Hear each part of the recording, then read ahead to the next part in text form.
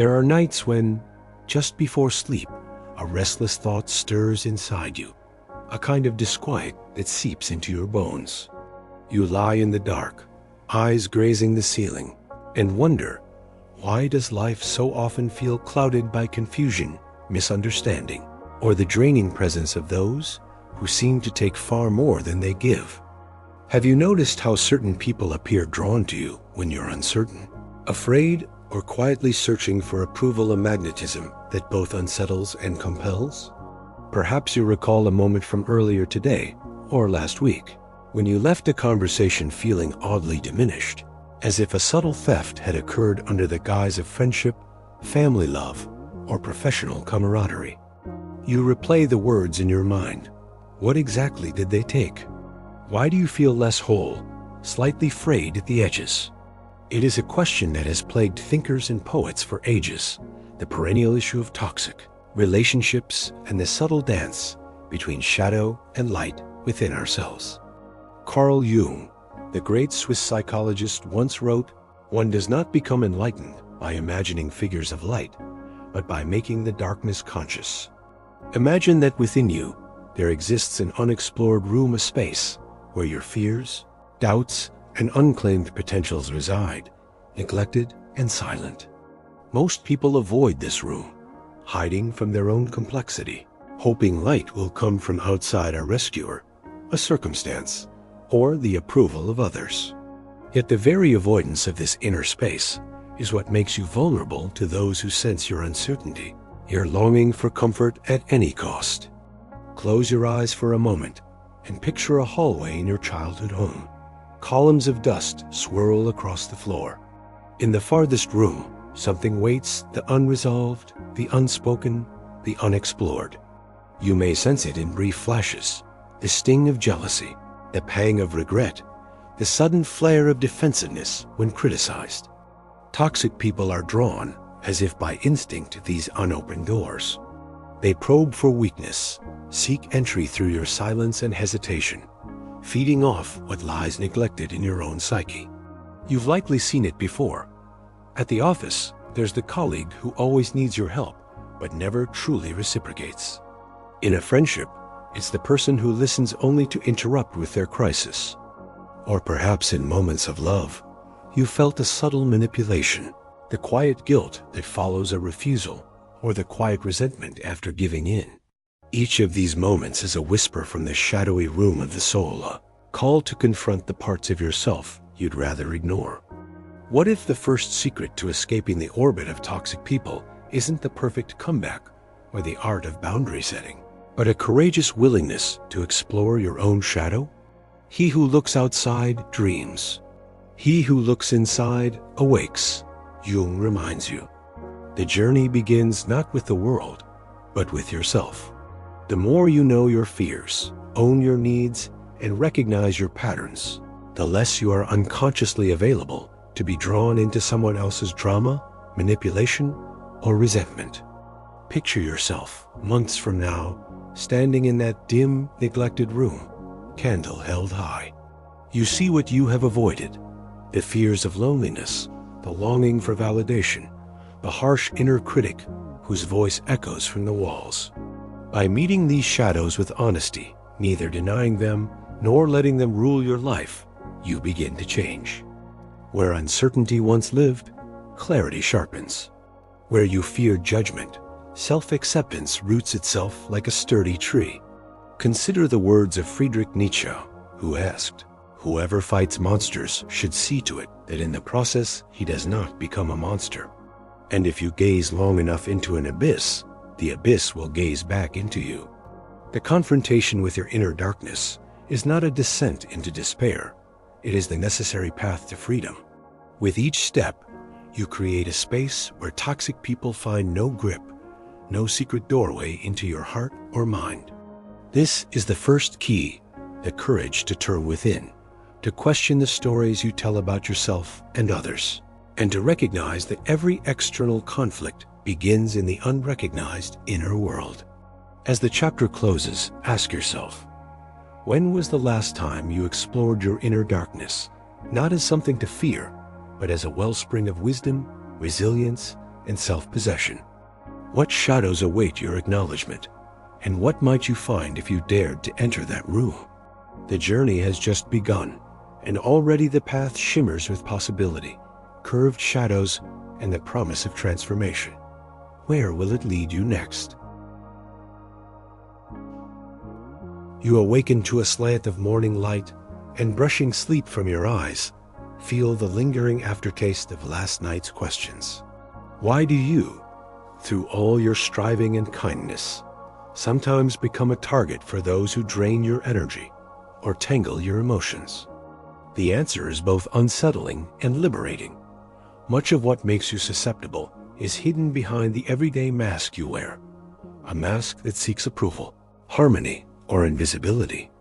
Imagine a crowded room, a party, a meeting, a family gathering. You sense the subtle pull to present the self that will fit in, avoid conflict, and be liked. This mask, as the psychologist Irving Goffman suggested, is not a lie, but a necessary part of social life. Yet over time, if you never dare to remove it, you lose sight of the face beneath. You become porous, letting others project onto you their needs and frustrations. Sigmund Freud once wrote, "We are never so defenseless against suffering as when we love." Substitute love for need, and the message deepens. When you need approval, need to be seen as good, need to be understood at all costs, you open the gates to unhealthy influence. Toxic people, whether deliberately or unconsciously, sense these needs. You become the compliment seeker, the peacekeeper, the silent absorber of grievances. They offer the illusion of validation until a price is demanded. Think back to the friend who always expects you to listen, but vanishes in your hour of need. Or the partner whose affection is conditional, who withholds warmth as punishment for perceived slights. In these moments, you are confronted not only with their behavior, but with your own hunger to belong, to avoid rejection, to feel essential. This hunger, unexamined, makes you pliable. Philosopher Jean-Paul Sartre urged, "If you are lonely when you're alone, you are in bad company." Loneliness, the dread of being ignored or outcast, can drive you into alliances that turn sour. There is, in the modern world, a strange paradox. The more you crave connection at any cost, the more likely you are to stumble into the web of those who delight in taking more than they give. The antidote is not cold detachment or armor-plating your soul. Instead, it is a gentle, honest look at the masks you wear. When did you first learn to smile to avoid conflict, to agree when you disagreed, to stay small so others could shine? Perhaps childhood taught you that love or safety depended on reading the room, adapting, pleasing. Such strategies once kept you safe. As an adult, they can blur your edges, making you vulnerable to those who sense you do not truly see your own value. Carl Jung, in his wisdom, noted that until you make the unconscious conscious, it will direct your life, and you will call it fate. The unacknowledged desires and hidden fears that swirl beneath your practiced smile set the stage for toxic dynamics. They send subtle signals. Here's someone who will give more than they take, who struggles to say no, who fears being seen as selfish.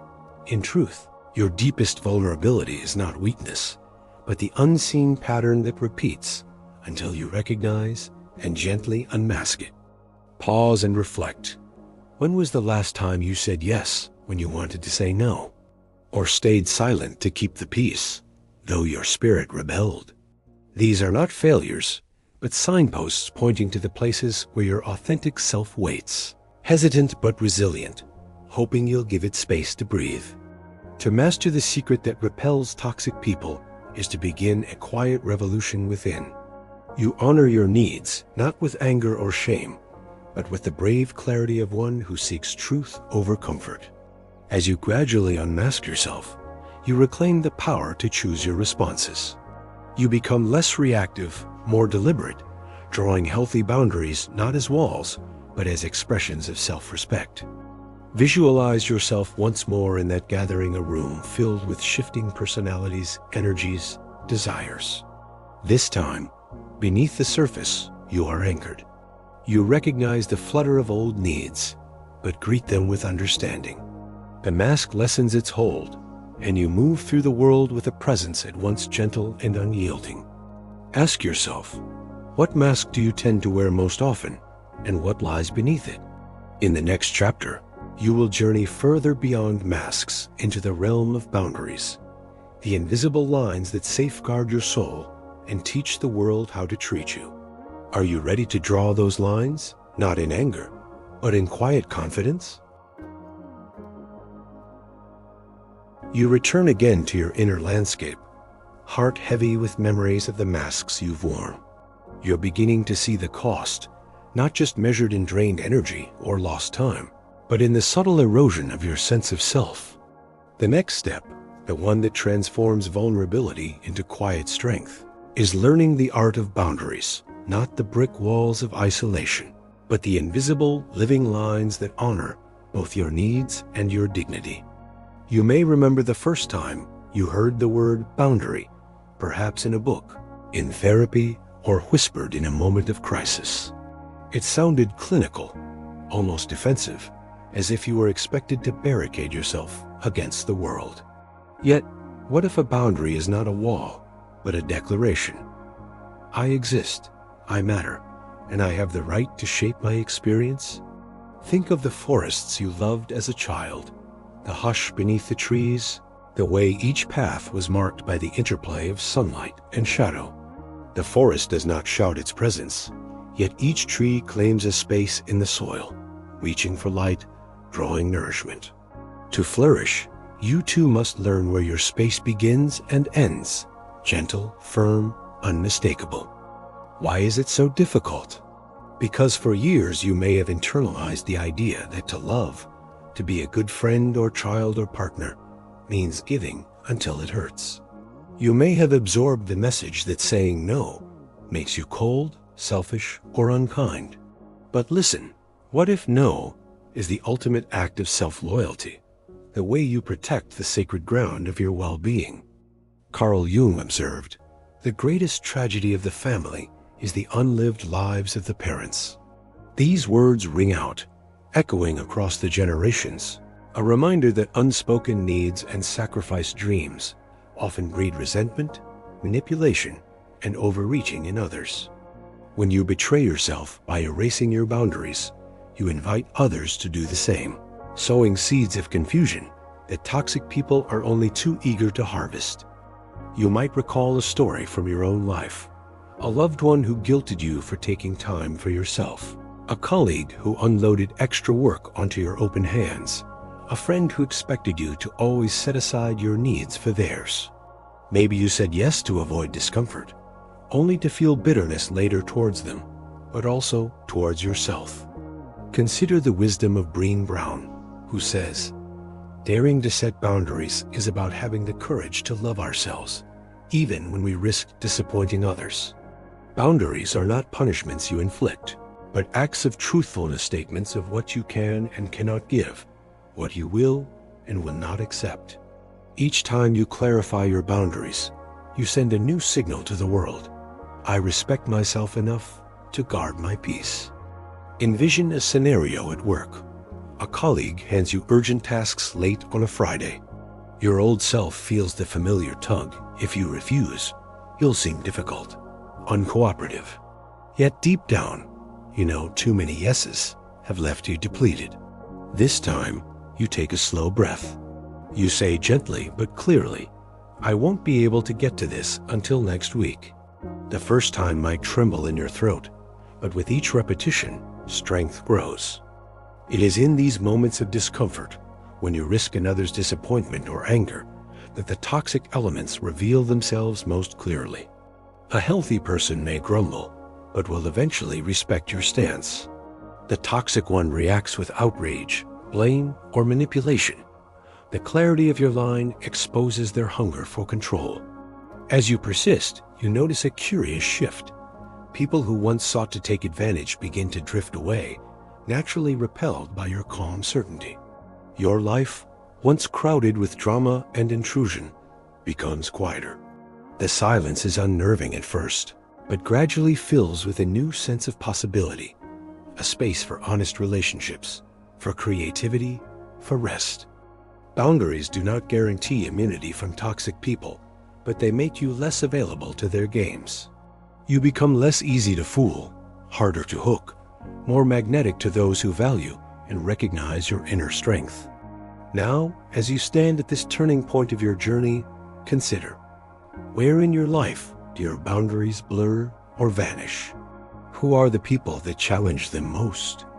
And who, quietly, has respected them all along? Ask yourself, not with blame, but with gentle curiosity, what lines do I need to draw today for the sake of my soul? For in the next chapter, you will enter the space beyond survival, the transformation that awaits when you stop merely avoiding the toxic and begin to create, with boldness, a new self. Are you ready to step across that threshold? You have walked through shadowed corridors, unmasked yourself, and traced the boundaries of your soul with trembling but resolute hands.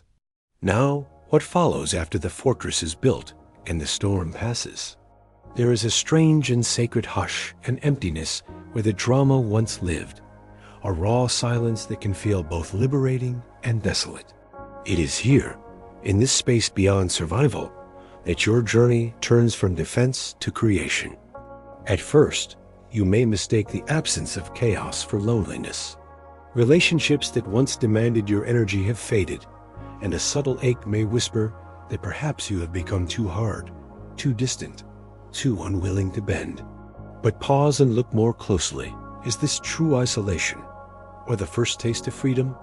You stand on a mountain of your own making, and for the first time, the air is clear enough to breathe. Viktor Frankl, survivor of unimaginable trials, reminds you, when we are no longer able to change a situation, we are challenged to change ourselves. It is precisely in the moments of deepest crisis, when old patterns are shattered, when you are stripped of the familiar, that the soil becomes fertile for something new. What emerges from this ground is not the wounded, anxious self who once sought to appease toxic hearts, but the creator who asks not, "Who will love me?" but "What do I desire to become?" Picture yourself standing before a blank canvas. If all your energy is no longer spent shielded against manipulation, what will you paint? Will you write, dance, rebuild friendships on new terms, cultivate solitude, or embrace passions you once abandoned? Perhaps for the first time, the question is yours alone to answer.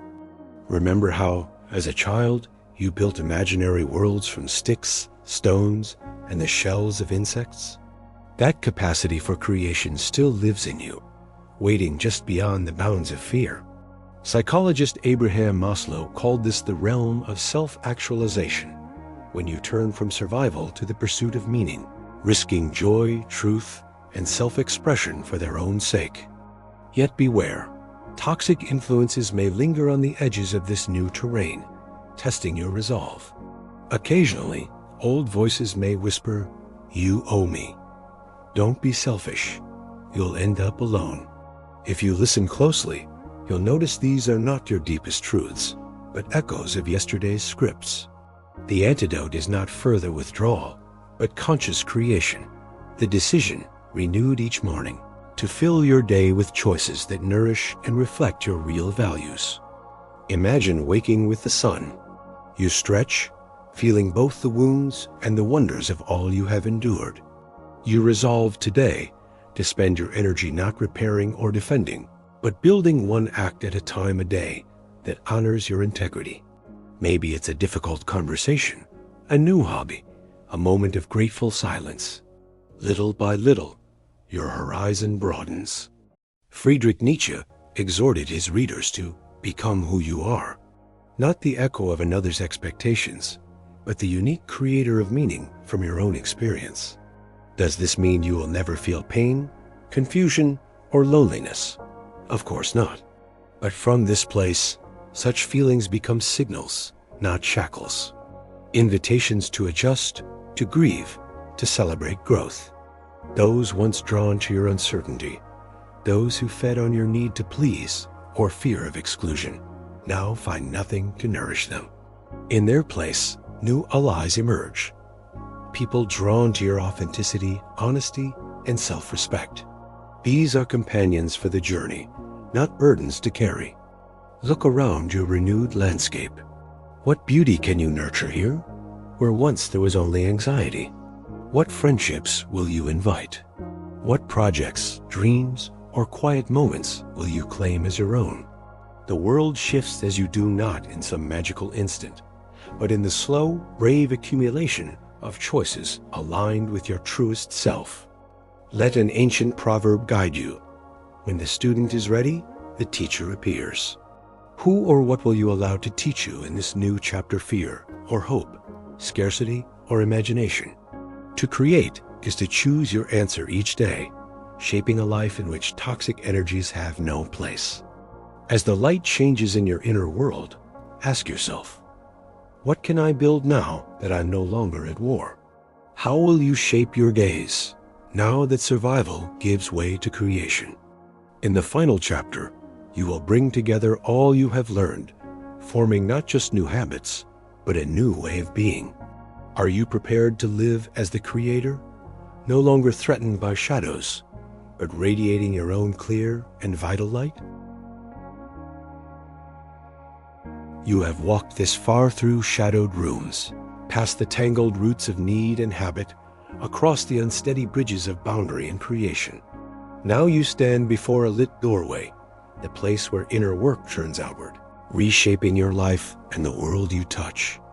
Here, the secret has transformed from a cryptic lesson into a living truth. Empowered self-understanding quietly repels those who feed on confusion, manipulation, and fear. Toxic people turn aside, sensing the change in your presence.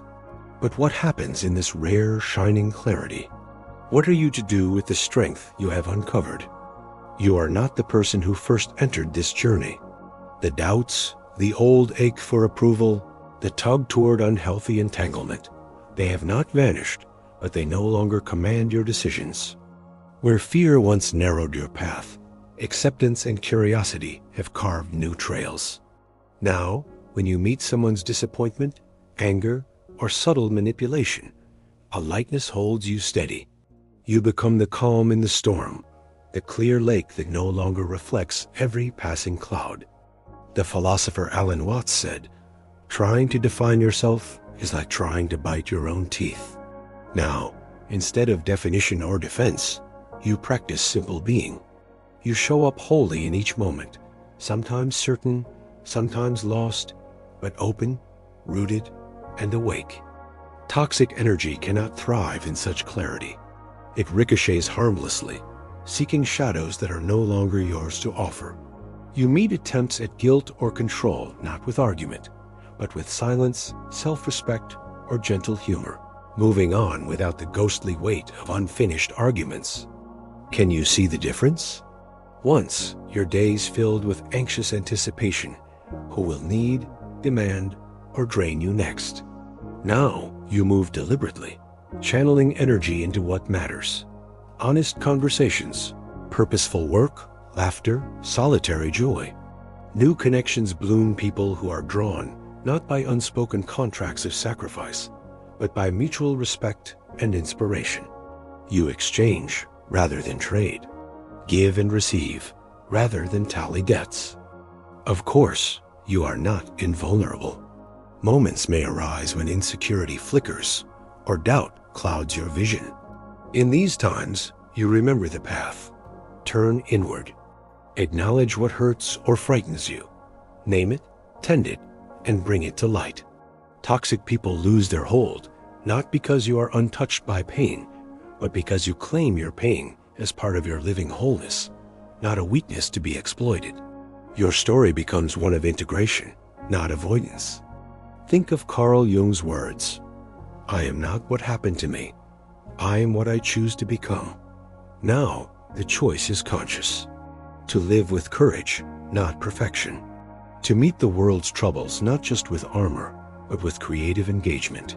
When conflict arises, you ask not, "How can I appease or protect?" but "What truth do I owe myself in this moment?" Picture the world that unfolds from here. Opportunities where doorways once seemed barred. Friendships defined by freedom and joy. A solitude that heals instead of wounds. You become a living example, quietly inspiring others to examine their own boundaries, needs, and hungers. People notice some are drawn by the authentic warmth.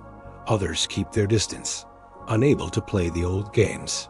The secret, once hidden, radiates. People treat you in accordance with the story you live. And now, as the journey cycles back to its quiet, luminous beginning, a question hovers in the air between us. What will you do with this freedom? What doors will you open now that you see yourself shadow and all is worthy, whole, and powerful in ways gentle and fierce? Pause before the light and ask not only what you have mastered, but what you might yet create, inspire, or change. The world needs your authenticity, your creative courage, your refusal to be diminished. Will you step forward? Will you invite others to walk this path not by preaching, but by example, shining light through the doorways of their own hidden rooms? Your journey continues, each day a new chapter less haunted by the toxic and more radiant with your chosen light.